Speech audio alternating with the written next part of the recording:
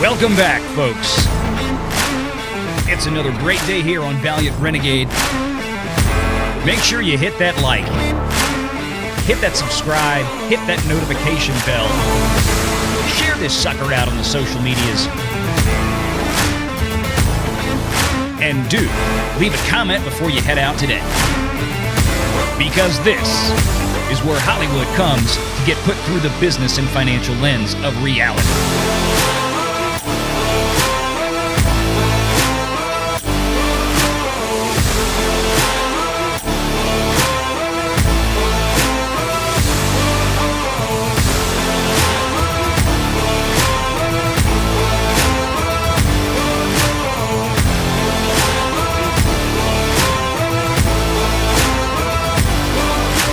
It's time. Renegade Online. Well, good evening, folks, and a little early Merry Christmas to everybody out there. Good to see y'all. Obviously, it's just the wrong day for this, but it's when we're doing it nonetheless. Normally, of course, this would be a Sunday afternoon show, so it's always amazing to see who shows up here when we do this at the wrong time. But as it stands, of course, Sunday afternoon at 5 p.m. Central, here where I am, tomorrow would be a bit of a problem because I'll probably still be in Christmas Mass and then headed to Christmas Eve festivities at the family's house. So that wasn't going to happen. However, next week, New Year's Eve, fingers crossed, I am going to try to do a full show at a remote location up at the farm where we usually like to spend New Year's Eve. So we'll be out there for that. Hopefully that will work out. I will try to do enough advanced planning to where we can make that happen. Should have a good show for you then. So tonight it's just kind of relaxed, chill stream. Thank you guys for showing. About 350 of you as we're starting on the wrong time of day, on the wrong day itself. It's amazing. So thank you all so much for being here. You have to put up with maybe just me tonight. I don't know. We'll see. But we're not going to go too long. Flashcast, our good friend Yellow Flash, his show starts in about an hour and a half. We are going to be redirecting you to Yellow Flash's show at 10:30 Eastern. So like I said, about 90 minutes, or a little less than 90 minutes from now. Not going to go too long tonight, mainly because I still have a lot to do tomorrow before Christmas, like a lot of people do. But also, for those of you that maybe don't follow me on Twitter, probably don't know, about midway through the show last Sunday, I started coming down with some kind of crud. My wife had been sick for a couple of days. It hit me like a ton of bricks. By the end of that show, my voice was going out. I was feeling pretty bad. She had what was basically like a really bad flu. I had it all week. I spent 10 minutes after last Sunday's show, I was in bed. I don't think I got out of my bed until Wednesday midday. Seriously. That's how bad this thing was. So I'm just today feeling up to kind of getting back in the groove and trying to get things done here because I feel like I've just been out of it. This time of year is always tricky for me as it is, just with regular work, stuff going on, end of the year stuff that we have to get done before December 31st for tax reasons, investment reasons, business reasons, financial reasons. And then on top of that, it's like I was sick at like a month and a half, 2 months ago. It wasn't too bad, but it was just enough to where it was annoying. This one was like a knockout drag down punch. This one sucked. In fact, it's still lingering with my wife. Had to take her to urgent care today to get some antibiotic shots and some other stuff. It's a mess. It's crappy stuff. Everybody's got this thing. She had 12 plus students that went down with this thing in the last several weeks during concerts, during recitals, during performances in her theater that she does. I mean, it's been a mess. And it finally got to her, and then she gave it to me. So it's all her fault. Sorry. But here we are, nonetheless. Finally back up and around, and I can't believe this is the first day I think that I actually sound relatively normal. Since Sunday last week, and I'm not kidding. That's how funky this thing was. So hope you don't get it. Any case, but kind of getting back in the groove of things. So we're going to kind of do a chill stream tonight. I want to talk a little bit about the box office. We got some Aquaman 2 stuff to look at. Wonka's still rolling out there, and I know people have some questions about some of the stuff, coming up this week. We've seen reports of Warner Brothers and Paramount in talks to do mergers. Excuse me. Leftover crud stuff, so bear with me tonight if I cough or sneeze randomly and I don't catch it in time to mute it. And I know that's something that we've talked about before.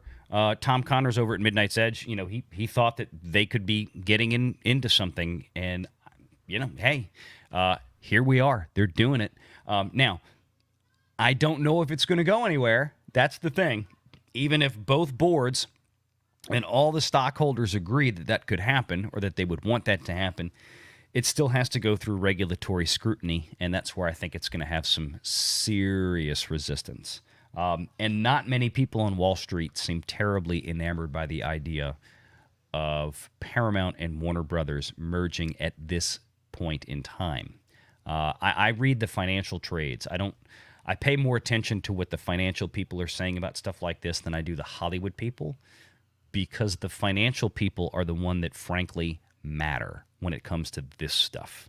And Wall Street is not real game with this idea right now, by and large. So that means that a lot of those voting shareholders out there for both Paramount and Warner Brother that would have to vote to approve any such merger if it were to actually come to a proposal point, it doesn't seem like they would vote in the affirmative unless they were given a lot of, more information than they have now. Let's put it that way. So time will tell, but it is definitely something very interesting to discuss. So we got a lot of folks out there. We got 500 of y'all watching here on the wrong date and time. How do you like the getup? You like this? I threw this on today because I really thought this morning, here we are in South Louisiana. It's the day before Christmas Eve, and it was beautiful, sunny, and 74 degrees today. It was about 65 in the morning, got to a high of about 74, and then kind of drifted back down to this was a perfect get on the boat day. That didn't happen because I was so backed up with other stuff I had to do. Top it all off, my wife's car gets a flat tire today. I'm like, come on, man. Like, what can I do? What else can we do? I really thought, I was like, this is a great day after being stuck in the house for an entire week with the flu. Let me try to get out on the boat, but I didn't have the energy. I wanted to go. So I'm in my my Guggen Squad fishing shirt with, of course, the shades do match. The fishing sunglasses do match. So I just figured, you know what? We're chilling tonight. I'll keep this on. We'll stay in the fishing motif. Tomorrow it is supposed to be a somewhat typical Christmas Eve in Louisiana, along with a somewhat typical Christmas Day in Louisiana. 70 plus degrees and storming. So we're going to have like a major front go through here, and it's supposed to be thunderstorms, wind gusts of 20 plus miles an hour all day. It's going to be a complete, disgusting mess. Yay. Last year, we were actually down in the 30s. That was nice. That was unusual. What we're getting tomorrow, a little bit more typical, unfortunately. So let's see who's here. Yeah, Tom. Tom, you have the link. I sent you the link on Twitter, dude. You've got it in your DM. It's my fishing shirt. It's one of my fishing shirts. See, I got my Guggen Squad here. The Guggen Slizzard. This is what's all over it. It's their lizard fishing bait. So yeah, I love this thing. It's a great fishing shirt. So let me go here. We've got some folks that have sent in some chats here. Rob Pinto for $5, and I apologize. My voice it's a lot better than it was 24 to 48 hours ago, but it's still not back 100%. So I'm going to do my best here. Rob Pinto for $5. All I want for Christmas is to know the Nielsen rating of South Park joining the Panderverse. They had those numbers out some weeks ago. I'll have to go back and pull it up. I believe I know it hit Nielsen from what memory serves. I've got to go back and find it. I don't remember what it is off the top of my head, but it was very good. It was very, very good for Paramount Plus. So yeah, William Thompson, 3 months was what I was thinking. Well, Well, I'm glad you've been here for those 3 months. I feel like you've been here a lot longer than 3 months. Adam Wolford for 2. Valiant Renegade putting the pimp slap on Hollywood. I try, man. 2024, we're going to kick it up a few notches, trust me. I feel like I've been away too much the last few weeks, and I have been. It's just been so busy. And this is the time of year that I hate to say this. It comes out the wrong way, but I hate this time of year because it gets so busy. It's like I want to be able to enjoy this time of year, but there's always so much going on. It's nothing but like a barrel of stress and just, I just want it to be over. I just want that part of it to be over so I can kind of relax. But yeah, and it's been a while. I've been way out of whack on making videos because of work, like regular day job work, which that does take priority. Family stuff and other work stuff going on, and then of course just having this crud the last week. This has been a total mess. Ann Ivy is there. Well, hey Ann, how are you doing? Merry Christmas, y'all. Well, Merry Christmas to you, Miss Ann. Thank you for being here. Anthony, as a member for 3 months, says, greetings from Denmark. Merry Christmas to one and all. And yes, to all of our friends across the Atlantic pond. It's Christmas Eve for you guys already. I saw some folks out there from the UK in the chat. I know it's probably about 2 a.m. where you're at now. So Merry Christmas, Denmark, 3 a.m. where you are. So Anthony, man, I'm amazed you're up. Merry Christmas to you, sir. William Thompson gifted 5 Valliant Renegade channel memberships. Thank you, William Thompson. That's very generous. Thank you very, very, very much. We appreciate that. Sterling Jones, happy holidays. Dune Part 2 is a couple of months away. I can't wait. I can't either. Question, how much money will the film make? Is 600 to 700 million too high? What say you, Valiant? No, I don't think that's too high at all. I think that's very much in the realm of possibility. What has to happen is that they have to have a good promotional campaign for it. They need to leverage what I think is going to continue to be a pretty decent little leg out for Wonka and Timothy Chalamet by extension. I think Warner Brothers needs to really play up to that audience they're getting, that younger female audience, because that 25 and under female audience, that's not a Dune audience. That's probably the least Dune demographic imaginable, is 25 and under females. They need to really market hard to them and let them know that they're, Timothy Chalamet, their little eye candy on the screen there, he's the lead of Dune. Get them in there to see that movie for him. And then really promote the first movie itself, do some promo for that. I think it's totally doable. Dune is going to be, I think, unsurprisingly, is going to do much better overseas than it does in the U.S. I'm not saying it's going to do poorly in the U.S., but, instead of a 50-50 split, I think you could very easily see Dune have somewhere to the tune of a 60-40, possibly even a 66-33 kind of split favoring international in that regard. It's just kind of how that type of movie plays. So we'll see, though. I'm very hopeful for it. I hope it does even a lot better than that, because I think when it comes out, I think what we see what Denis Villeneuve does with this, I think it's going to be worthy of an Oppenheimer type performance. The first movie got absolutely dog screwed by Jason Kilar and Warner Brothers a couple of years ago with its release schedule, doing that stupid Project Popcorn thing where they did the day and date release. So, I mean, that's just, what do you do? What do you do? Speaking of, I know somebody that's got something to say about Project Popcorn and Dune. And what the hell? What is that? It's a thing. It's got the thing on it. Don't tell Mikey. Okay, is that... It looked like, is that like a snowflake Little Debbie cake? I guess it was. Don't tell Mike. Sorry, it's a rosette. Okay. Are y'all doing like a diet together? No, he just knows if he sees me eating something like this, he's going to kick my ass. Oh, okay. Well, all right. Well, that's okay. I knew it was something along those lines, so. It's not so bad. It's basically like pancake batter, but it's like a cookie thing. Yeah. I mean, look, yeah, it's Christmas. What do you do at this time of year? I mean, like last night, I mean, I had to go lock myself in the bedroom because I was still running a mild fever. I was still up at about 100 degrees.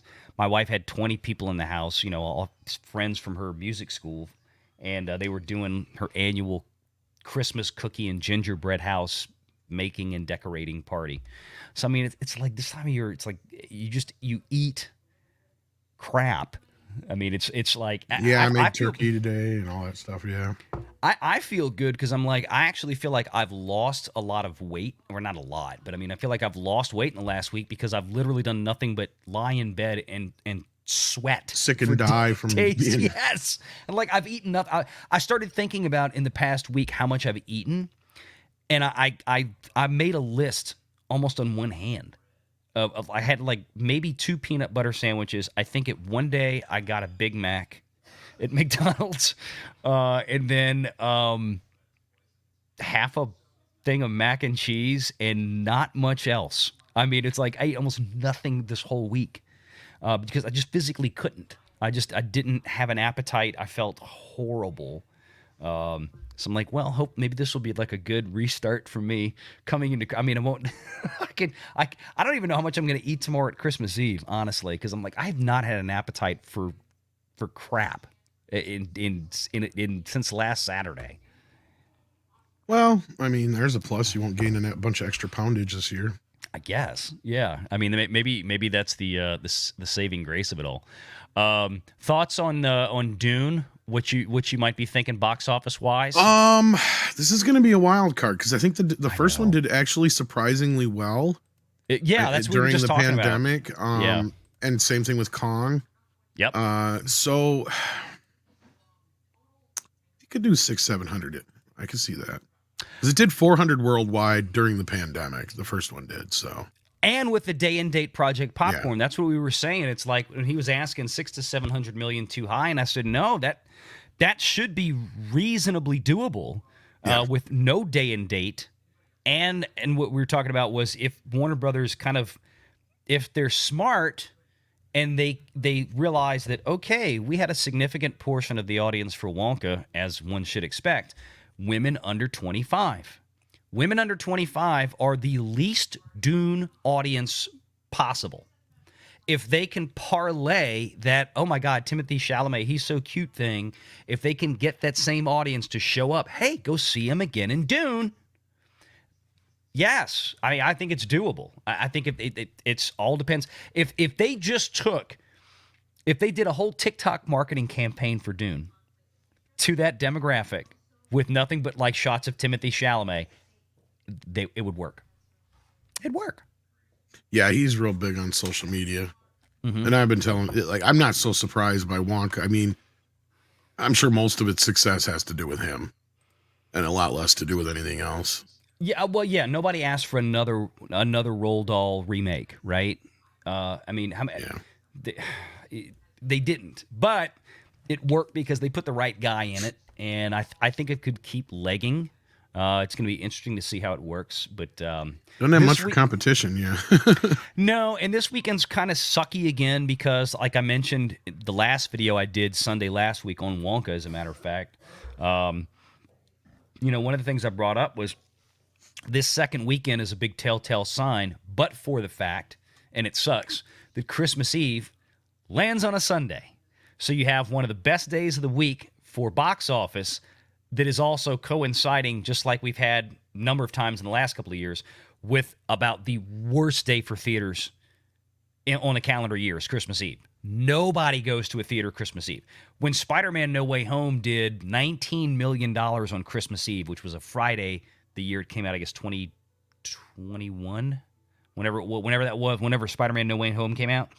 I mean, that was bonkers. Like 19 million on a Christmas Eve Friday was outrageously high. Like, huge. So I don't expect that to happen Sunday with anything. So that's going to kind of hurt it. But I still think Wonka can lag because, like I said, I kind of compared it last week to something like Greatest Showman that just kept going and kept going. I don't know if it can hit 400 million, but it's certainly it's in the range of possibility right now. I'm waiting to see the international updates for Wonka tomorrow. because we don't have those numbers yet. In fact, actually, I have them. Well, I have the current. Well, it's not looking too good for Aquaman, so. No, and I want to talk about that while I've got you here, too. Because we're not going long tonight. Like I mentioned, Tom, before you came in, and when I started the show, I'd let everybody know, and you already know this, but we're going to kind of have a short night, and then we're gonna toss everybody up over to Flashcast. I'm going to take a little break after this, and then I'm going to try to go hang on Flashcast for a little bit, provided my body is willing to keep going. Because this is the first day I've really done anything. Yeah, and of course this happens right around the time that the proxy war heats up too. I know. Well, so that's perfect timing, right? That's why I need to get my rest, because I've got to get ready to address a lot of this stuff that's coming up. But yeah, I mean, here we are. Let's look at Wonka first real quick, because this is 177 million, but that's not really accurate. That domestic figure, that international box office, that has not been updated since Sunday last week, the last time we were on the air here. So yeah, so the international figures, that will update again tomorrow. That's looking good for this movie going into the weekend then, because that means it'll probably come out of the other end of this weekend profitable, or in the black anyway. Yeah, and you got to remember last weekend, like it had just opened the other 50% of its markets last weekend. Mm-hmm. So, I mean, that's a big, big thing. The only market I think that's still outstanding is Korea, I believe. Yeah, Korea. Then again, it might have fallen off a cliff, because I was reading here, they're claiming Aquaman took the #1 spot, and it only did 13.7 million, so that's not boding too well. Well, it took Wonka, the #1 spot, but if Wonka's only $1 million or $2 million behind it, well then, I mean... Yeah, but yeah, you got to hope it has some more legs beyond this weekend then. I think Wonka has more leg capacity than Aquaman does. Just that's my gut tells me. And again, it's that musical aspect. I've seen that too many times. Unless a musical comes out and it's just total trash. I don't think Wonka is. I haven't watched it yet, so you know, all reality, you know, thrown out there. But look, if you look at Aquaman and the Lost Kingdom, let me show you this, Tom. Here's the reality of it, though. It's not as big of a discrepancy as you think, because that Aquaman and the Lost Kingdom includes what, $4 million from the night before. So when you really start pulling this apart, and you look at like what did Aquaman do? I mean, this movie did $4.5 million. So of the 13.7 Friday recorded, take out 4.5. You're now down at 9.2 million. Yeah, so a real Friday of 9.2 against 6.5. So you're right, it is just barely beating Wonka then, yeah. Yeah, it's not really Wonka's fun. Still in more theaters too, or is that just because it was the preview the night before? That's weird.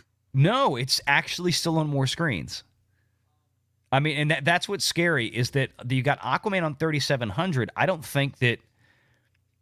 I think Warner Brothers knew kind of going in, look, we don't want to get carried away, because if we overbook, we're only shooting ourselves in the foot, right? Theaters and distributors, they negotiate how many screens you want. There's prices involved in how many screens you want, negotiating things back and forth. And I feel like, given the Christmas holiday week and other things out there, look, you got migration, and I think that's part of it, is that they couldn't give Aquaman... I think theaters knew coming in this weekend that Wonka was still going to be a very strong contender. There was going to be more family audiences that probably wanted to go see this. Aquaman was going to be probably very front-loaded, and we're going to find out that it is. And because it's probably a crap movie. I mean, this is the last vestige of the Walter Hamada era, is it not?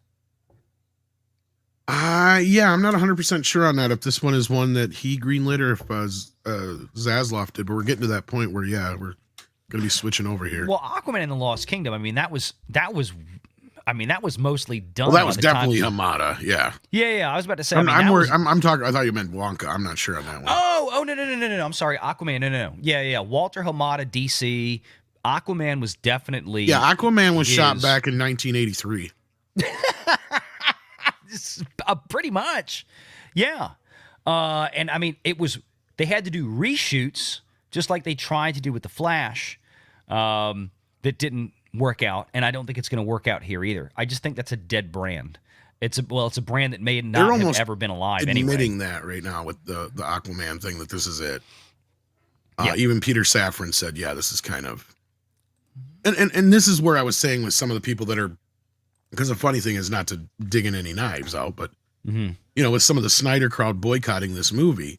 Now, some people are boycotting it over Amber Heard, but you've got people in the Snyder crowd that are boycotting it too. And it's like, this was it, guys. This was your last chance Yeah. to like hang on to any kind of vestige of the Snyderverse. And that's it. It's gone now. And I know they, as far as they're concerned, this isn't the Snyderverse, but it kind of is at the same time. Like any chance to save this started with Black Adam, went out the door with Shazam. Flash really kind of sent the signal home, and this is it. We're done. They're not even going to try anymore. No, So. and they shouldn't. I mean, look, and realistically, would this movie have probably done, I mean, markedly better had it been released, say, over the summer or something like that? Yes. But they couldn't, or they didn't, or for whatever reason, they wanted to get it out, put it on the Christmas frame. This is not a movie that is going to generate a Christmas audience. And again, all deference to Spider-Man, because that's the only movie out there that can pull it off in the superhero genre. If you're going to put a superhero movie on Christmas week, it had better be Spider-Man, because that's it. And this is just another one of these things that, apart from DC having completely collapsed anyway, and that was a big part of it, but this just didn't work. I mean, people would rather go see, family audiences would rather go see Wonka or something. I don't know how much the Amber Heard thing really played into a factor here. I think, honestly, most people have completely forgotten who the hell Amber Heard even is. I mean, the normies out there, people like us, people watching this channel, I get it. But in terms of just the normal Joe average citizen out there, I don't think people really care or remember who Amber Heard is. I think most people have kind of checked out and moved on from that. I'm sure it did. Well, and I see what you're saying, but I think I'm not saying it's not a factor. It's just not because the Amber factor. Heard was also trending right alongside. Yeah.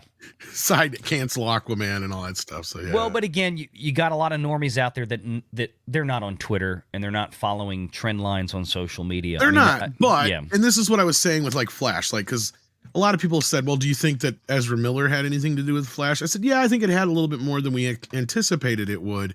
And if nobody knows who Ezra Miller is, I think the bigger problem here is everybody knows who Amber Heard is. Like I've said, you ask 10 people on the street, who's Ezra Miller? Maybe 1 out of 2 maybe 2 out of 10 might know who he is. But you ask who Amber Heard is, all of them are going to know who they are. And the answers you're going to get back are not even going to be that great, right? You're going to be like, oh, that bitch. Like, yeah, exactly. So like, yeah, I don't know. I think it may have had a bigger effect than we think. Maybe so. And George, real quick, thank you for the $20 super chat, buddy. You don't have to do this. God bless you. George, you got the link. Check your DMs. If you want to hop in, even for 5 minutes, man, I don't care. We're chilled out tonight. We're going to be talking a little turkey here about it, but come in, share your thoughts on anything, man. I wanted to do a live show because I knew I wouldn't be able to do one tomorrow, and I didn't want to have like 2 solid weeks between live shows, just the way the holidays lined up this year. But again, next Sunday, I am going to try to do one on location up at the farm. I think this will be a blast, so stay tuned for that. But let me grab some more of these super chats, I guess, while I got these up. George, hop in if you can, buddy. Sterling Jones, thank you for that one. We got that one. William Thompson for 10. Are both companies in that bad financially speaking to have them wanting to merge? Yes, Paramount and Warner Brothers are, neither one of them are in great financial shape. And while there are some arguments that could be made that this could be an interesting combination, as I mentioned before, most of Wall Street right now does not seem at all enamored with this idea. Because most of them are like, this is one of the few merges, though. It's depending on how they merge. I could see it actually benefiting both companies. In fact, it might even save Paramount's ass. Or honestly, from what I heard, and this is the thing that was funky about this whole thing, because a lot of people poo-pooed it when I brought it up earlier this last week here. But I mentioned that at the top of the show. If you didn't hear it, yeah. Yeah. I had said that I'd heard that Zaslav is hovering around CBS. He's very interested in the sports, and that was something that also came out as part of this. But he said Paramount, not CBS. Yeah. So I'm curious how this will go. We seem to think, Andre and I seem to think what'll happen is Skydance will probably wind up with Paramount. Warner Brothers will probably wind up with CBS and most of the cable networks. They'll have to sell everything else off, and Warner Brothers might wind up with the Paramount catalog. Because I could see Skydance going, we don't care about any movies pre-1980, because guess who's there? Tom Cruise. They're just going to want Tom Cruise's movies, and that's all they give a crap about. That's possible, and I think that's a very good observation. I'm with you on that one. Like I said, and Zaslav will kill Paramount Plus. Yeah.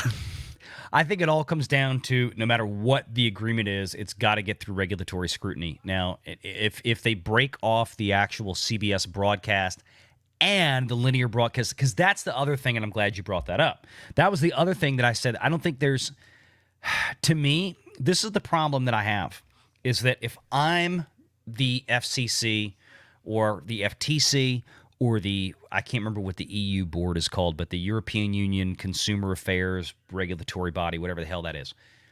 The issue I have is that when you look at the hierarchy chart of the size and scope of linear broadcast cable channel providers right now, you've got Disney and Warner Brothers. Those are your biggest ones. I mean, and Paramount now. So if Warner Brothers takes in, and I have to go look up how many linear broadcast pieces Paramount has their hands in. But if you add that to Warner Brothers Warner Brothers is now enormous when it comes to the number of channels. Because right now, between Warner Brothers and Discovery, that's a big problem. Yeah, I was bringing that up too. It's already over 30 channels. I think it's like 42% of the cable market is owned by Warner Brothers, and then another 36% is owned by Paramount. Yeah. So if they were to merge, that might be an issue. That's what I'm saying. I cannot see federal regulators going, yeah, sure. I could see them selling the linear broadcast and stuff if Skydance wanted to pick it up, right? Because Skydance they don't have a nut in the game for that. See, so, and that's just it. You're not as far as the anything. Channels go, like the only thing I can see Warner Brothers even be remotely interested in would be Nickelodeon, MTV, maybe VH1, but even though VH1 and BET right now are being talked about, but would the already federal regulators let them take the biggest assets? See, that's just it. I get what you're saying, but that's where they might get away with this, because as long as they're not taking all the other smaller ancillary shit, and they may not even be able to take Nickelodeon. You're right. But what they'll want is they'll want to. But this is what I think Warner's would do, is they would turn around and they would shut down Cartoon Network in favor of Nickelodeon. I think they would. I think that in that case, because at this point, Cartoon Network doesn't have nearly as much original programming as Nickelodeon does, and Nickelodeon is much more well known in the marketplace. So I think that those kind of things make sense. See? That almost could get spun off into its own thing. That's Nickelodeon. Well. They could spin Nickelodeon. See, that's off. where I think Zaslav is interested in this. He wants CBS, he wants sports, he wants a network, which makes complete sense. Well, Warner Brothers has never had a network. That's why he would want CBS, and that's the only thing. CW, but yeah. Well, no, but he wants CBS because of the sports contracts that it comes with. That's what would interest him. But the problem is and that's why I was hearing. Would federal regulators? Because if you look at the sports catalog, because it's not just about the broadcast contract. If you look at the sports rights that Warner Brothers already has, especially with the NBA, and with that NBA contract renewal coming up in less than a year from now, like maybe 6 to 8 months from now is when renewal comes up. We're talking $75+ billion here is what the NBA is going to be going for. I don't know. I mean, because that would make Warner Brothers would suddenly become, in terms of sports rights, they'd be bigger than Disney. They would be by far, and I mean, they'd be significantly bigger than Disney. Because when you're talking about CBS, the most valuable sports rights CBS has is the AFC, the American Football Conference. 1/2 of the NFL is CBS. Mm-hmm. So you'd have that, plus you'd have all the other stuff that CBS has in terms of and I think the NBA deal comes up this NBA next year too for TNT, so that might be another part of this. Well, that's Warner Brothers. That's what I'm saying. The NBA, exactly. That's Warner Brothers has roughly like half the NBA. Disney has the other half. ESPN has the other half. Now there's other players in there. I say half and half, but it's mostly those two. So, But and we when don't I know say- what's all going on behind the scenes. Maybe Disney plopped down a bunch of money, or maybe they're trying to get all the NBA rights. So that might be why Zaslav wants the football. We don't know. Well, But that's what I heard initially too, is that he was more interested in the sports, CBS. Oh, yeah. And then the other thing I heard was he was going to move a lot of the people from CBS News over to CNN, so he could clean up CNN. That's why Disney and Bob Iger have been talking about wanting to bring in a league partner for ESPN. They want a distribution partner like Amazon, right? Which makes a ton of sense because Amazon has a buttload of cash. And Amazon can come in and clean sweep the entire NBA contract. And then all Disney has to do is provide effectively turnkey broadcasting operations to Amazon and ESPN jointly. Like Amazon doesn't have to create its own sports casting crew to do NBA stuff. They can partner up with Disney in an equity deal and then have Disney literally provide ESPN branded content for all of Amazon's NBA broadcasts. That's the kind of thing they're looking for. And if you bring the NBA in also as an equity partner to ESPN, they have a stake in the game as well. That's why Iger is looking to go down that road. And look, to his credit, it makes a lot of sense and it's a smart move. Now, how this is going to wind up playing out, is that actually going to happen? We don't know yet. But I think whenever the NBA contract comes up, I think it's in the summer of 24, it's shit's going to get real interesting. It's coming up. That's why I was I brought that up. That was my point, because that's where he's got to make some moves and grooves right now. And as you said, sports it's so important to this whole thing. And I think it's time. I think he's ready on a level that like Warner Brothers needs an outlet. CBS is probably their number one licensor as far as television shows, I'd imagine, or at least they used to be. Yep. And they have the largest catalog as far as television goes. Oh, the CBS television studios, God, the stuff they license out for everybody else, like Warner Brothers does, is amazing. That's what I mean. Like, I mean, all the, they did, basically like stuff like, for instance, they owned Big Bang Theory and the Sheldon Show, the 2.5 Men shows and all that stuff. But I think that was on ABC, I think. But still, point being is Warner Brothers owns a lot of those shows. And I think if they had a network, because they tried with CW, but that was a joint thing with Paramount and it just didn't work out. They never had the penetration they needed as far as the market goes to actually get anywhere. Like I still lived in an area where I had no access to a CW channel my entire life. I shit you not. I know. Well, that's how small of an area we lived in, that they didn't even carry any of the CW channels because they were too far off the beaten path. Yeah. Yeah. Let me grab a few more of these. Ibrahim Shah for 5. In 2018, I got so sick that I couldn't hold down any food or liquids for a day. To the end of it all, I lost all my sense of smell in my right nostril. Yeah. It's been a rough week, man. I tell you, this one has been a suck bag. Medmut for 5. Last time I saw a pattern like that was under a microscope. Did you grab VR Junior by the ankles and lower him through the Goodwill donation box? Thank you, Medmut. Hey, like I said, you got the slizzards. If you go bass fishing in the spring, get you a slizzard from Guggen out there. They didn't sponsor this. It's just, they're one of my favorite group of guys in fishing tackle companies. But great bass baits, man. Great bass baits. Karanut 82. Can't stay. Going to Snowdub's channel. I will tell Snowdub hello for me. I feel weird streaming on a Saturday night like this. I know it's off kilter and I'm probably running over some folks, but I wanted to try to keep up a little bit of rhythm here while I've been out so long. I left you a like. Merry Christmas, you filthy animal. Well, thank you very much. Francisco Matos became a YouTube channel member. Well, welcome aboard, sir. Good to have you here. Elijah Snow, what is up for 5? Doesn't Sherry Redstone have 80% of the voting shares for Paramount? She has trust control of her entertainment company also, as I understand it. I don't know if she's got 80% voting shares for Paramount. She has a lot, and that's why Zaslav is talking to her, Yeah, she has and the fact that those amount. two are talking is a big deal. Yeah. I know a lot of people are trying to shirk this whole thing. Some people are saying, well, Warner Brothers isn't in any financial. No, here's the thing people are forgetting. Warner Brothers has a big daddy they keep forgetting about. Named AT&T, that if they really needed to pull some strings, they could probably do that. But at the same time, I think from what I've been hearing capital-wise, they're just fine. This is a merger that may not at first look great for Warner Brothers because they are going to be paying off a lot of Paramount's debt. Mm-hmm. Paramount, and here's the thing: what I've been trying to tell people too about this mini merger thing, if this merger thing, if it happens, Paramount is barely even a major studio anymore. They're more or less considered a minor studio now. Yeah, a mini major, a mid major. Yeah, because they have actually been downgraded on the they're like Skydance, like stock exchange or whatever. Yeah, they've been downgraded now. Their stock is trading at like $15 a pop or something like that. It's been floating around there for a while. In fact, I'll pull it up. I'll tell you what, since you brought it up.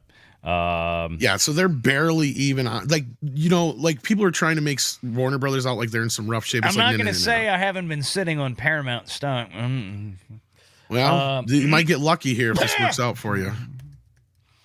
Because the other thing is I'm not so sure where Star Trek is up in this stuff either. Yeah, this is not financial advice. But as I've been saying for a while, Paramount is in such dire straits. They're probably the worst shape of any studio in Hollywood.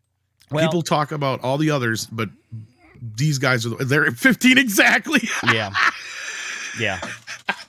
Well, they've been there for a while. I mean, they've been floating at this, and let me share everybody because I might have a few bucks to buy some stock now. No, I was kidding. They bounced around. They're Mikey, way overvalued. Go buy me some stock in Paramount.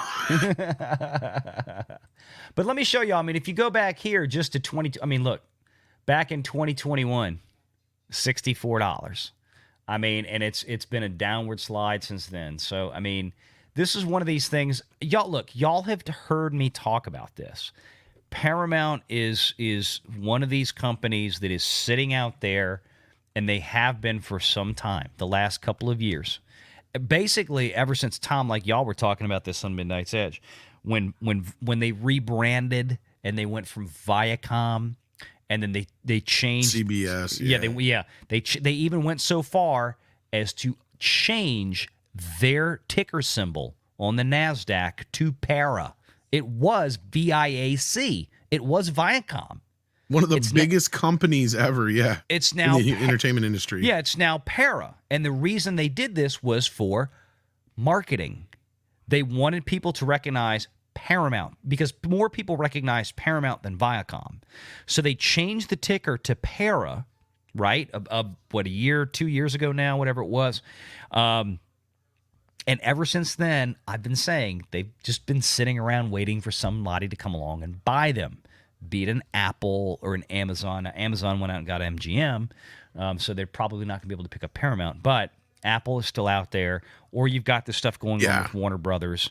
And Apple may just wait. It might not happen. It might not happen. Like, there's Sherry so could many be using things. Zaslav just to get Skydance to up their And that could be offer as well. Yeah, that totally could be. And the thing with Skydance is that they're not publicly traded. Those are the Ellisons. I mean, again, it's one of these things to where if you want to, the best chance for Paramount to get bought is going to be a private equity deal, period, end of story. Now, once it goes to private equity, and if it were to get fixed, built back up, restructured, and then maybe, a couple of years down the road, that private equity firm could flip it, like flip that house, like literally flip that house, but with a movie studio. And they could flip that house to Amazon or to Apple or somebody else or whatever. That's a very likely scenario in my world. So I think that this is going to be an interesting one to see, just to see how it goes. But yeah, so that's kind of where we're at. I mean, I think it's going to float out there in the ether for a while. I mean, all joking aside, folks, please don't take my wisecrack as go buy Paramount or go sell Paramount. No, none of that. We don't do that here. But it's like anything else. It's, something could happen, something could not. This could go either way. But I've seen companies all the time. Paramount's going to sell one way or another, probably. That's the thing. They will, but the question is, I think at this point, it feels more likely like the Skydance kind of thing where this is going to be a private equity deal. I think you're possibly right, too, because Mikey, when he was talking about it the other day with us, he's like, I don't even know why Zaslav's bringing up things like mergers. That's not going to probably happen. What's more likely is they're just they'll coming end up out. buying off pieces. Yeah, Zaslav and Warner Brothers are just coming out of they this because I don't even think they hellscape. can legally do another merger for like another year or something like that. Somebody said They it's like another half a year well, somewhere in there. No, well, I got to go look at the specifics, Tom. But there's a difference. But you know what I'm saying? They like can't sell. They can't like Zaslav can't put Warner Brothers up for sale for another year or whatever it is. Okay. But I don't know if that would include them.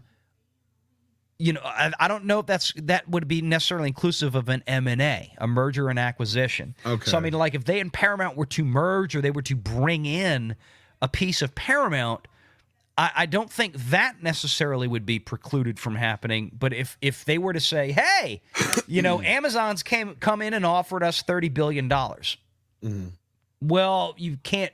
Now, realistically, if Amazon came in and offered a big chunk of money, or Apple did, and the contract said, well, which you is can't twice sell it what yet. I think Paramount is worth right now. But anyway, go on. The reality is, though, Tom, all I was going to say is that the 70% owners of Warner Brothers, which are AT&T stockholders, they're going to vote to approve anyway. They're going to say, okay, we're good. We'll let that part of the contract go.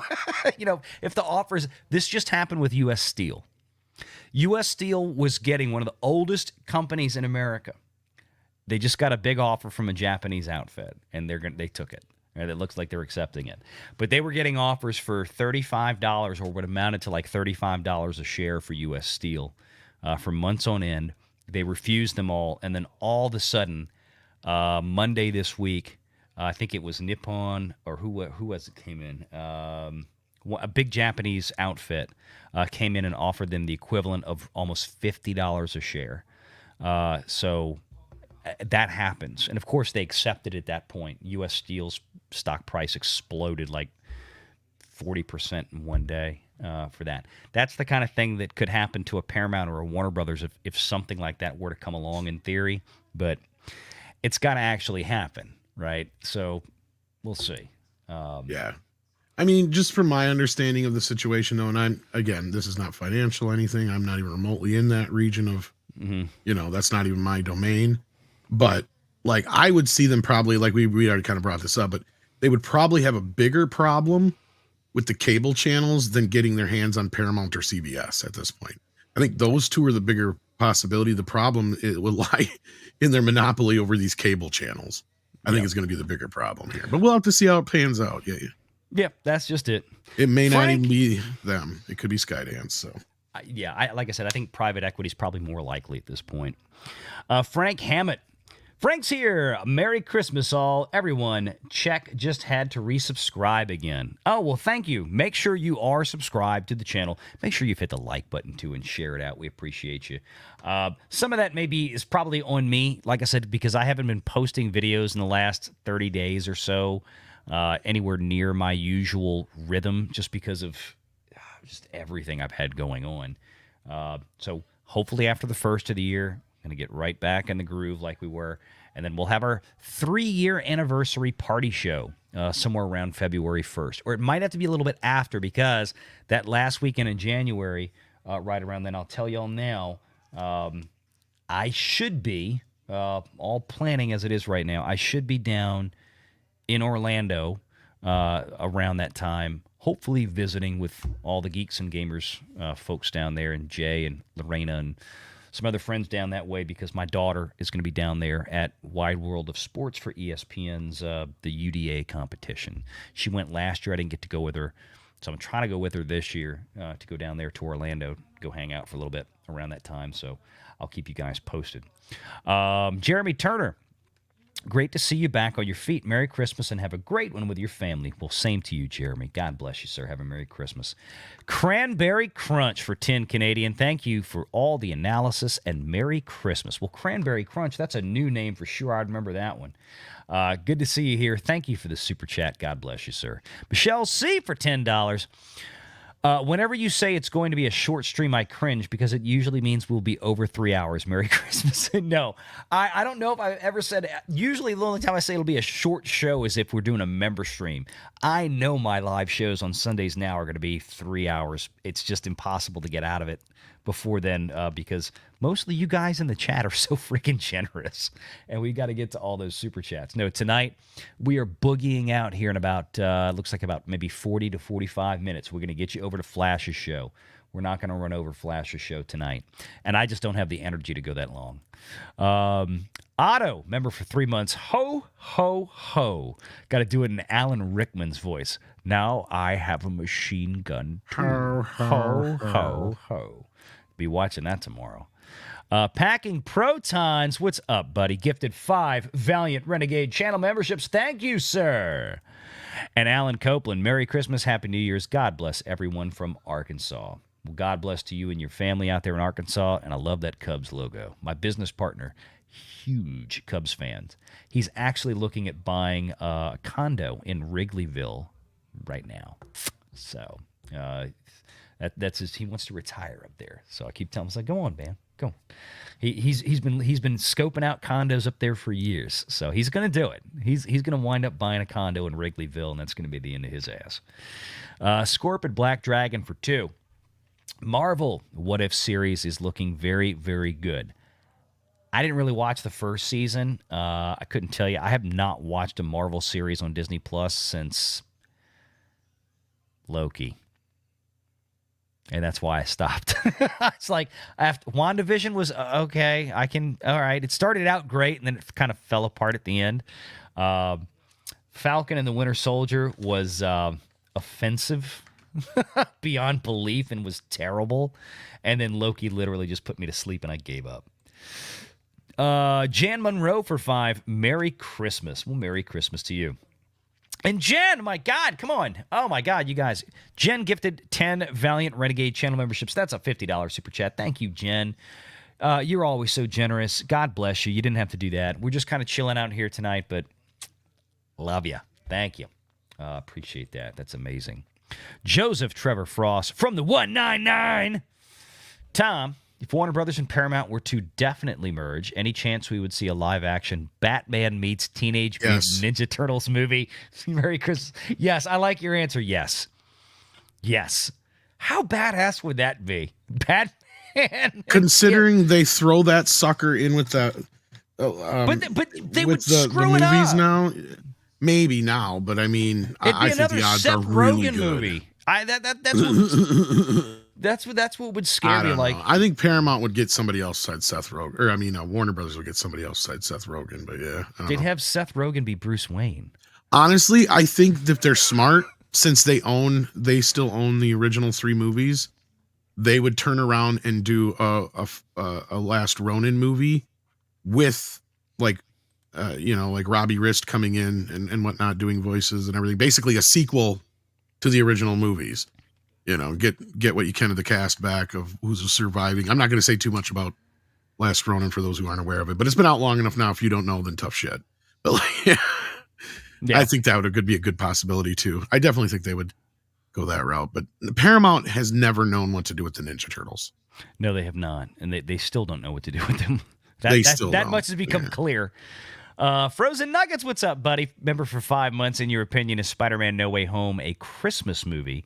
Hope you feel better soon, VR, and Merry Christmas to Cock Eager, you filthy animal. Is Spider-Man No Way Home a Christmas movie? Does any part of it take place during Christmas? I can't remember now. I can't either. I came out at Christmas. I don't know if I'm not going down the road of calling it a Christmas movie, because I'm going to say that Die Hard is a Christmas movie. And things like I'm fine with that. I know some people don't think it is, but it is for me. But in the same vein as Spider-Man No Way Home a Christmas movie? No. I don't remember anything about it being Christmassy, but unless I'm forgetting. I don't either. That's what I'm saying. George is out there. All hail to you, beautiful bastages, wishing Valiant and Tom a Merry Christmas and a very Happy New Year. And again, George, you have the link. Yeah. William Thompson for 2, to all a Merry Christmas and a Happy New Year. God bless you, William. Wild Witch Final Fantasy 14. Member for 5 months. Merry Christmas, Happy Holidays, and Happy Yule to everyone. I love that. I love that look. Merry Christmas! I have to say, I never really got into Final Fantasy XIV, only because I never got into the MMORPG versions of Final Fantasy.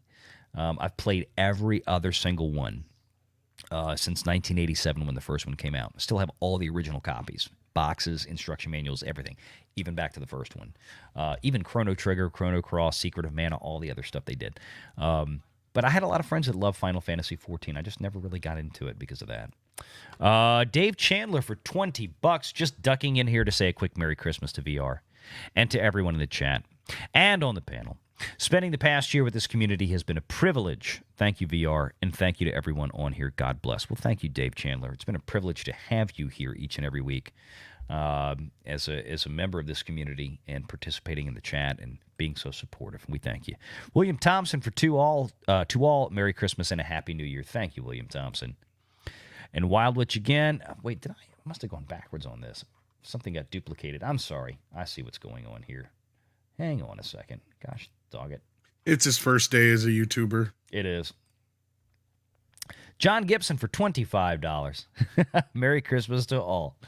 Thank you, John Gibson, and appreciate that $25 super chat. Keely Chow, member for 4 months. Is there anything worth watching this Christmas weekend? Like new? Have you seen Fat Man yet? That's a good one. Fat Man. With Mel Gibson. Where he's Santa Claus. Oh, wait, I heard about that. You haven't seen that yet? No, I know. Walton Goggins and Mel Gibson. Did that come out last year? 2 years ago now. 2 years ago. Something like that. Okay, I never. What is it on? It's great. What is it on? I don't know if it's on any streaming services or not. I got the Blu-ray, but I gotta go. I know as soon as you said that, I'm like, oh no, I never did watch that, and I forgot about it. Fat Man. I forgot about it. And I gotta go find it. Oh, it's fucking great. Packing protons for 10 of Paramount and Warner Brothers merge. Instant billion-dollar movie idea. Keaton Batman teams up with Henson TMNT voice cast included. No CGI, all costumes. Yeah, that's what we were talking about before. Take the original 1990 TMNT movie. Take that look and feel, on screen, in camera, no CGI. Make it real. Yes. Now, I mean, Keaton by that point, he doesn't care. You could probably use one of the younger Batman, but or a new Batman. Yeah. Maybe not Robert Pattinson. No. What's his face who played Dredd would be a great one, or somebody like that. Carl Urban. Like that. Oh, I'd love to see Carl Urban as Batman. Now that would be if he took his Judge Dredd, toned it down maybe a couple of notches, and did the real graphic novel Dark Knight. That'd be badass. That would be absolute freaking badass. I would watch that in a heartbeat. Absolutely. Revamp Vanilla Ice's career. Nutty Squirrel, 8 for 5. The new Ninja Rap. Did you hear Rachel Ziegler is voicing Skydance's 2024 film Spellbound? Why on earth would they hire her for that? I know of Spellbound. I didn't hear that she's doing a voice in it. Look, here's the thing. These are planned out long in advance usually. In terms of a vocalist, remember, she's doing a voiceover. In terms of being a vocalist, she's very capable. All right, I'm going to be fair. She is. I hate when she opens her mouth off camera. And, of course, since this summer when she sank herself in the Snow White movie, she has obviously been put into serious PR training because that little interview she did recently with Halle Bailey, I mean, she was like a different person altogether. That was not the same Rachel Ziegler as 6 months ago.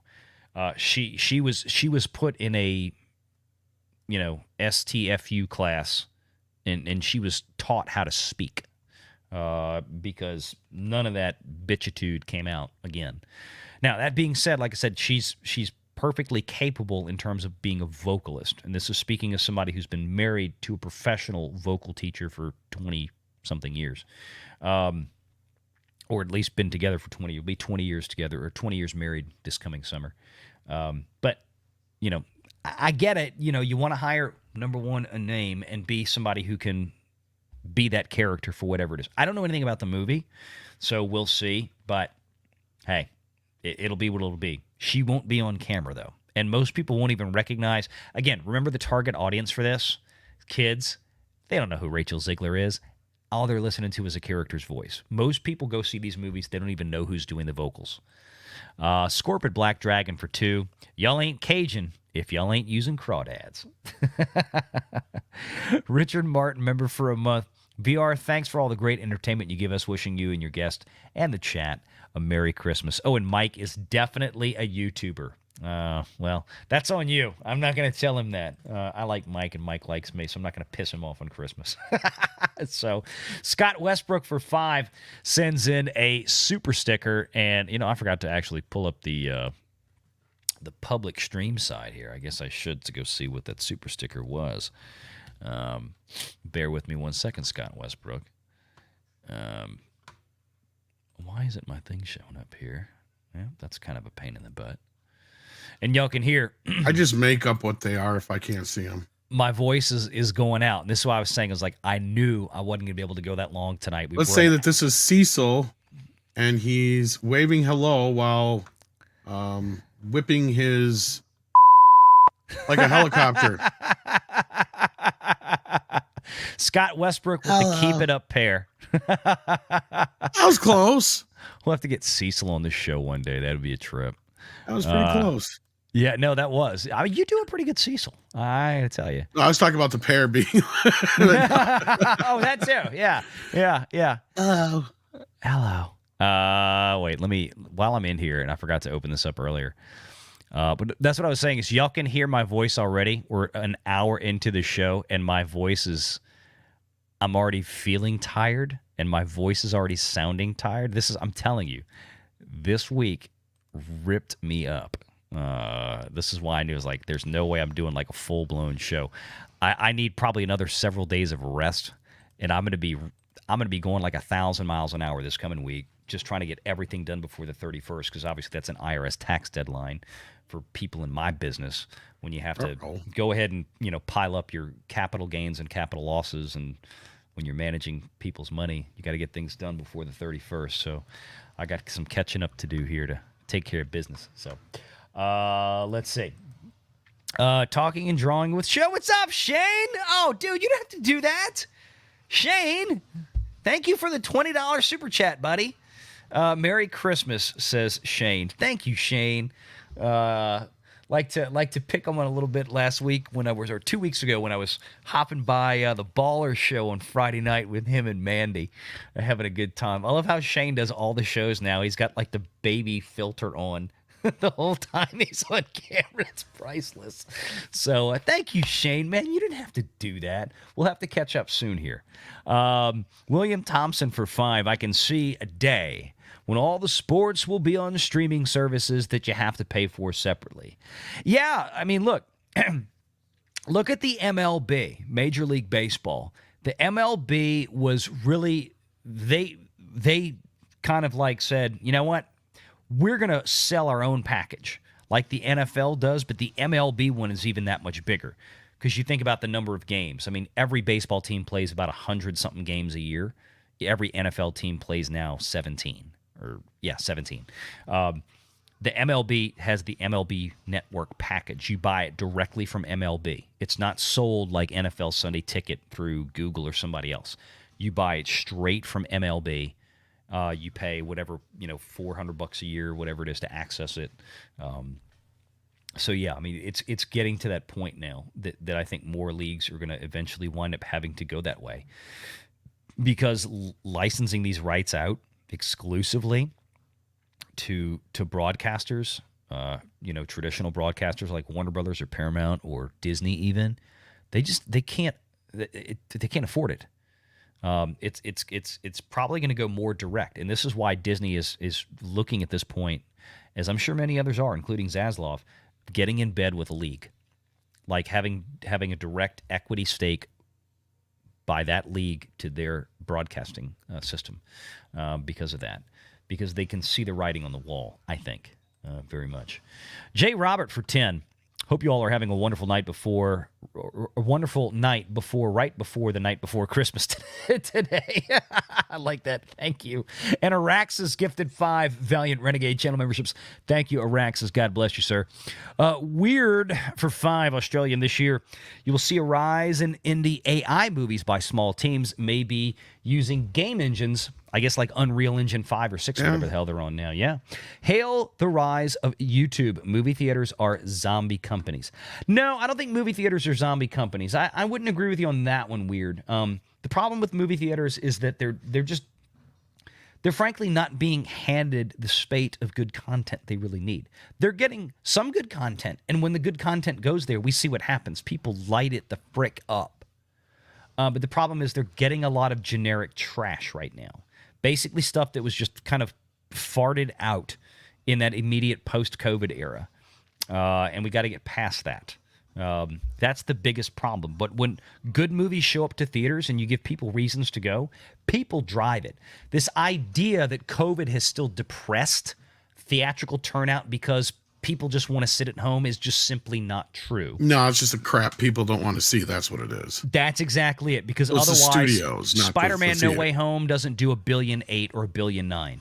Barbie doesn't do $1.5 billion. Exactly. Oppenheimer doesn't do $900 million. Top Gun doesn't do $1.5 billion. Godzilla vs. Kong doesn't do $500 million in the midst of COVID. The first movie that came out when theaters opened post-COVID was Godzilla vs. Kong. $500 million. Day and date release with Project Popcorn. People still want to go to the goddamn theater. That's reality. People want to go to the big event. I mean, if that's like and I think Godzilla -1, speaking of Godzilla, is almost like a example of they had to open up more, screens for this movie because the demand was there, right? Like there was more demand for the movie than seats could be filled, basically. Pretty much. Nikki D for 5. If Skydance acquires control of Paramount IPs, does this increase Tom Cruise's influence over those properties? What Tom said. It's going to be the Tom Cruise studio. Well, that's where I said, I honestly not even sure, what Skydance wants is they want that Paramount logo. Yes. So Tom Cruise can sit in his desk and go, I own a studio. Yep. I think Tom Cruise will turn himself into... Tom Cruise could be one of the best things to ever happen to Hollywood. I agree. He could be like the next... one of those kind of maverick producers that we haven't had in a long time. You said maverick. And I meant it on purpose punnily. I know. And it's just because he reminds me of what's his name from Paramount for years? The guy who produced Godfather and Rosemary's Baby. Robert Evans. I could see him being a Robert Evans type. Somebody who's really good with people because he's charming. That's one thing I've always heard about. I've known at least 3 or 4 people now who have met Tom Cruise. And that's one thing they all say about him. He's one of the most charming, nicest guys in the world. And if you can get him talking on a topic that he loves, he's even more charming and just in the zone. So sure, you can rub him the wrong way, but I see him as one of these guys who could take this and run with it. He wants that Paramount logo. This is also why I don't see Skydance being all that concerned with the television side of things or even the catalog pre-1980. Because you go pre-1980, it's a lot of Westerns and all the older Paramount stuff. That Skydance is going to be like, well, whatever. We don't need all that shit. We just want the Tom Cruise movies. Because obviously 90% of Tom Cruise's catalog is Paramount movies. Yeah. I mean, that's really the big ones. Yeah, you're right. And that's just it. So I think that would be... I think it'd be fascinating if they can figure out a way to. They might keep the whole shebang. I just see that being the more likely scenario is that Skydance doesn't want anything to do with CBS or any of the cable networks. They'll just want the studio. They don't. I don't think they want broadcast channels. But then that's where Zaslav will be. Well, I am interested, and he may not be able to get them all like we were talking about before, but that seems the most likely scenario. And Tom Cruise, it'd be the Tom Cruise studio, man. I mean, it already kind of is. They don't really have any other hits. I mean, it's kind of crazy that Mission Impossible did as poor as it did because that just kind of, I think, flabbergasted a lot of people. But I wonder if Mission Impossible just hasn't hit that wall that like Transformers has hit, where people are just like, okay, we've had enough of these. They're too much like the last one, the same kind of thing over and over again. I think the one this summer, it really got squeezed in that completely unforeseen Barbenheimer that didn't help. But that did not help. Still think if people really were wanting to see this, I agree. They would have showed up for it. Yeah, they would have gone. Look, I enjoyed it. They got one more to go. They're going to finish it off. I think they'll be fine. Hopefully, they'll have better luck this coming summer than they did this past summer. They did what? I think that movie closed out at 5. What was it? It did okay, but it didn't make any money. It lost money. It lost money at the theater for sure. But now what did help was that they did make it very clear that, I mean, Tom Cruise, man, he fought his nuts off along with Paramount. They did win a pretty substantial settlement from what I understood. So, I mean, even though the net cost came down to it's like $290 million. I don't remember if that included tax credits or not. But then there was like $90 to $100 million from what I heard in insurance reimbursements because of the whole COVID stoppages. So it basically brought the net production cost of the film down to around what they originally intended of about $200 million. They needed about $600 to $700 million. Probably about $600 million at the box office. They got sort of close to that, but then again, of course, look, Skydance and Tom Cruise are still repping big checks after the fact for the streaming rights that go out, and everything else after that. So yes, I mean Paramount might have taken a bit of a bath on it, but Tom Cruise personally and Skydance did not. I think if they had, I think you're right in the timing of it too, in a sense that it wasn't so much Barbenheimer as it was, and this is what I got into it with Odin and a few other people about it, was that it basically was eating up, Sound of Freedom was eating up the Mission Impossible crowd. It was. 90% of the people that would be going to see Mission Impossible were instead going to see Sound of Freedom. That was part of the problem. You're 1,000% correct, because it literally was almost the exact same demographic group. Yeah. And that's what I kept pointing out to people, is that Sound of Freedom is doing better than Mission Impossible is. Yep. Right. It was getting more per screen, even though it had like a third or half more of the screens. Per screen. Right. Yeah. I was going to say, from that perspective. And it hurt, because the big thing was losing the IMAX screens too, because that was a big thing for Top Gun, because it held those IMAX screens almost the whole summer. It only got to keep them for like a week and a half, I think, for MI7, and that was because Chris Nolan shot almost the whole damn thing in IMAX. So that hurt him. Yeah. That was a brand ambassador movie for IMAX. So Oppenheimer was guaranteed to get full carte blanche for those screens for Oppenheimer with that. So let me grab the last few of these here. Rick Carrera gifted 5 Valliant Renegade channel memberships. What is up, Rick? We are going to do a member show for our Renegade and Rebel levels. Again, my intention was to do it this week, except for the fact that I was laying in bed in a pile of my own sweat for 3 days, miserable as hell. So fortunately, back up and running, at least at, I'd say, about 75% right now. Dustin Sensenig for $5. Hey, VR and Tom, I hope the two of y'all have a very Merry Christmas. Well, same to you, Dustin. Thank you so very much. And Tim Hayes. Hey, Tom and VR. What's up, Tim? Good to see you, buddy. Merry Christmas to you. And Weird for 5 again. There won't be enough content for 2024 for theaters to survive. What's in the pipeline? Well, of course, that is a problem. But I think AMC has shown its resilience in terms of finding new ways to keep things moving. Things like Taylor Swift. We might get a few more concerts and stuff, But what I think might happen is this might inadvertently cause the studios to have to reevaluate how they're doing things. Of course, they wouldn't learn the right lessons at the right time through the last few years, with the whole idea of, well, maybe if we change our ways, people will start coming to see our movies. Right. In this respect, I think they're going to have to change their ways just because they have no choice, and they're going to have to fast track a bunch of movies to get them out by that third and fourth quarter of the year. Because you're right, Weird. They do have a light schedule going into 2024, and that's why they moved all these movies from 2023 in the beginning, because they knew they were going to be light. But they're starting to shoot movies like Spinal Tap 2 coming February, and a few other smaller, not so big blockbuster type movies.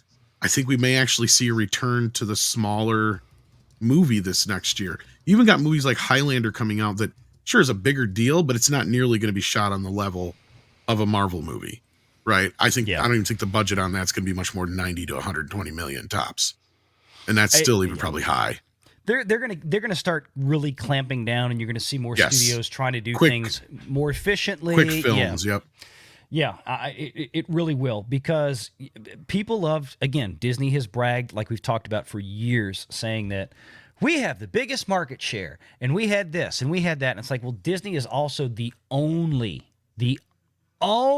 major Hollywood studio, really any Hollywood studio, to where literally everything they put out each and every year from one of their primary studios is a major tentpole picture, meaning a 200 to 300 or more $1 million production budget. That's They a had problem. 8 of them this year. You look at Universal, you look at Paramount. What do they have, Tom? They got maybe 2, 3 big tentpole movies a year, and then everything else is like 20, 30, 40, 50, 60, maybe $80 million. How many horror movies? How many $20 And that's million? why Paramount is at the top of the league right now. Exactly. I mean, it's like, Or I mean, not Paramount, but I mean Universal. Yeah. Paramount, on the other hand, that's just because they have no, they don't have the means.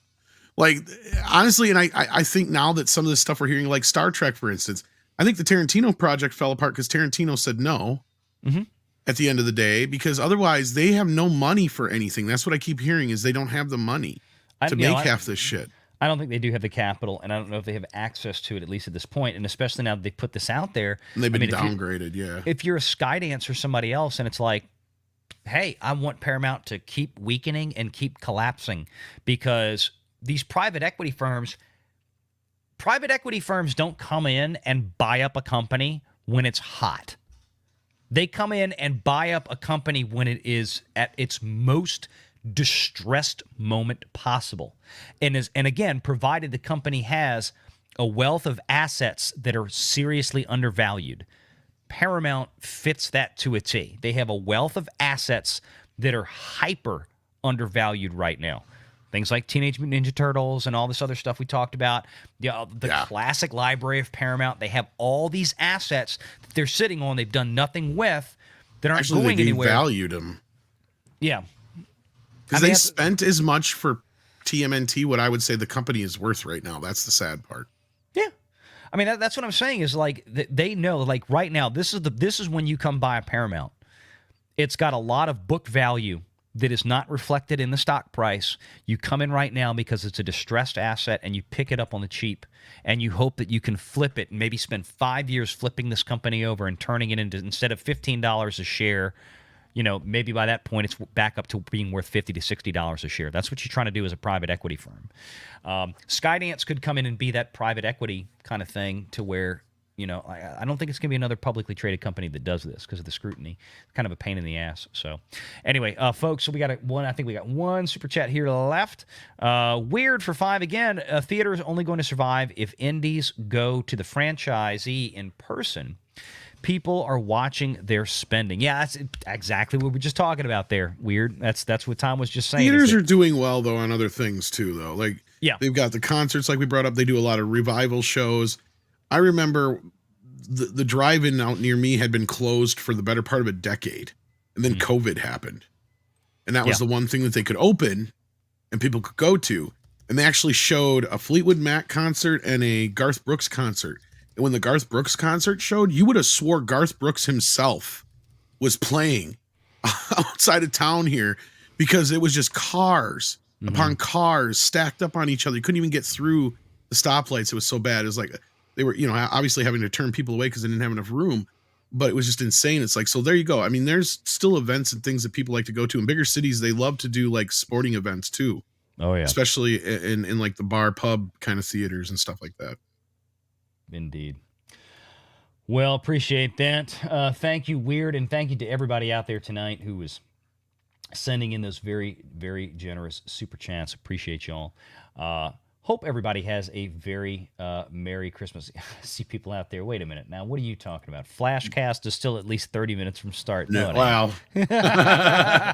Depends on how you look at it. Well, yeah, I mean, look, Flash is usually pretty good. He's like me. He likes to kick it right at 9:30 or 10:30 Eastern. I'm in Central.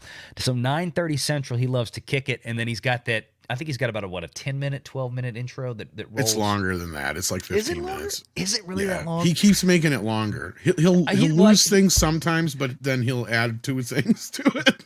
He does. Well, that's all right. You look, I like the countdowns. It works because it gets the audience in. And I mean, like, as you notice, like we started the show, like by the time the camera came on to me from my intro, even with a 5-minute intro, we had 350.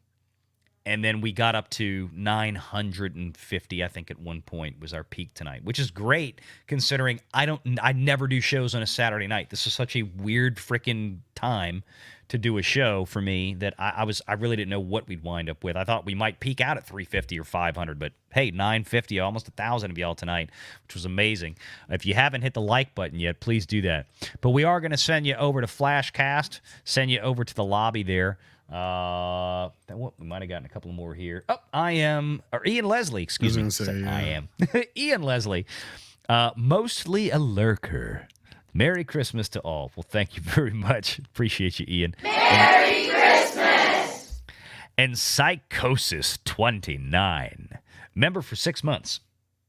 That's all it says. Member for 6 months. And I'll take it. That's great. Oh, Lord. You know what? I was wondering where this son of a bitch was. Merry Christmas, you filthy animal, and Happy New Year, asshole. Thank you, Shrebos. We appreciate you. Merry Christmas, you filthy animal. Yes, indeed. Change, you filthy animal. Yeah. Oh, I know. Let's see. I don't need to scroll down here. What haven't I used in a while? It's I was gonna tell a Christmas story tonight, I'm but going I didn't to tell you a story now. No, I'm good. It's short. Really, I'm fine. No, it's very quick. No. It's a good story for you, I think. I'm cool. Here we go. A long time ago. I still love that. I still love that God, scene he is so much. Splinter. He needs to play Splinter. Right? That's we talked That about scene right there is a scene that could be between Raphael and Splinter. Yes. We talked about that when the stupid Seth Rogen abortion came out earlier this year, and it was like, who was it? It was Jackie Chan that was Splinter, right? Yes, and it's horrible. And I love Jackie Chan. You know I'm a huge Jackie Chan fan, but I cannot stand. I hate. And this is not the first time. Like when they did the Karate Kid remake, and there was literally zero karate in the whole movie. It was Kung Fu. It's like, call it the Kung Fu Kid. They replaced what should have been a Japanese actor teaching Japanese martial arts with a Chinese actor doing Kung Fu. Why? Because we had to kiss China's butt because we wanted the movie over there. That's the same thing they did with TMNT. They could have put Sonata in that role as Splinter. They should have put Sonata in that role as Splinter, but they didn't. They wanted to get Jackie Chan because they wanted to appeal to a Chinese audience. So they replaced what should have been ninjas are Japanese, for God's sake. Why don't even get me started. But they replaced... Well, yeah, it's even worse is in the movie they learned from a video in Kung Fu movies. I know. I heard. I refused to watch it. I never watched it. I never watched it. They gave Jackie Chan a freaking afro when he's younger. I'm like, no, this is just... And you can barely understand him. Here's the problem. I love Jackie Chan. I love Jackie Chan movies. I know he can't speak a lick of English. Mm-hmm. He has to mimic whatever the directors tell him to say. This has been a common thing throughout all his films. One of the reasons why Rush Hour is one of his better films is because he was working with Chris Tucker through most of the movie, and Chris Tucker would help him get the jokes right. He is almost ununderstandable in this movie.